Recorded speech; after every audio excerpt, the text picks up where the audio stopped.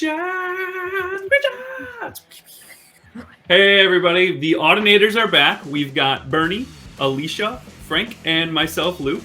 And we're actually going to shift the focus a little bit here today at Dante QuickShots and start offering some specific use cases to inspire, to stimulate, to take your Dante system designs to new levels. That's right, to give you all the feels that you need to start implementing DDM into your design process. So if you haven't seen the previous episode where I talked about case studies, it was specifically about higher ed and how they use them across campuses or across the globe.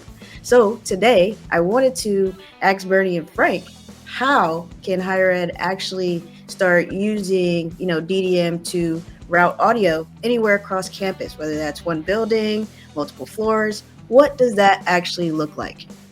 And typically, when we're talking about that, devices are, in different buildings, different floors, whatever, or in different parts of the state or different parts of the country.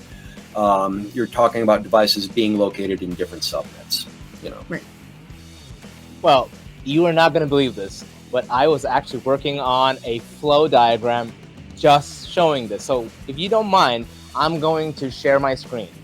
Yes. That's amazing. It totally wasn't planned, by the way. All right. So this is how I envisioned my thought process. And Alicia, I think this kind of mirrors what you were thinking too. So there's a location A and there's a location B, right? Dante devices, two separate networks.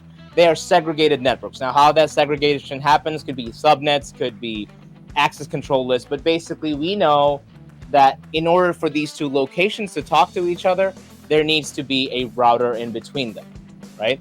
This is where DDM becomes the hero.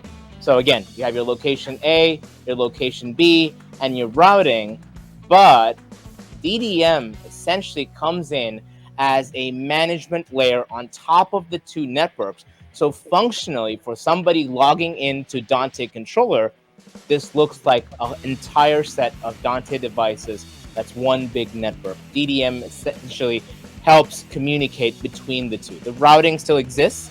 That's your router that's doing its job. But the DDM comes in and says, let me help everyone talk to each other.